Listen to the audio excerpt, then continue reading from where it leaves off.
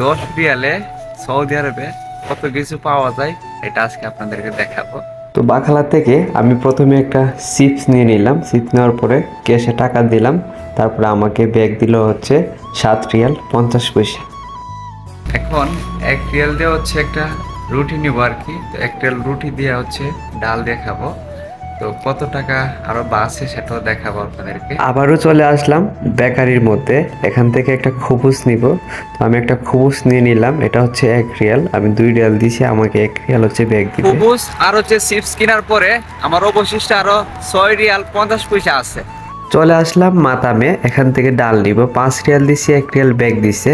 তারপর হচ্ছে আমার যে আদার্স মানে ডাল ওটা দিয়ে দিছে। তো 10 টাকা দিয়ে হচ্ছে আদার্স কিনলাম, চিপস কিনলাম, খুবুস কিনলাম, আর অবশিষ্ট 2.5 রিয়াল বেঁচে গেল। অবশেষে খাবারের পালা, খাবার খাচ্ছি। এটা হচ্ছে চিপস, আর এটা হচ্ছে খুবুস, আর এটা হচ্ছে আদার্স। এখানে আসলে সিসি ক্যামেরা আছে, আর বেশি একটা কথা বলা যাবে না আর কি। তো মূলত এই 10 রিয়ালের মধ্যে হচ্ছে 2.5 রিয়াল বেঁচে গেছে। আর এই খাবারটা আমরা দুইজনে মিলে খাচ্ছি আর কি। ভালো থাকবেন, আসসালামু আলাইকুম।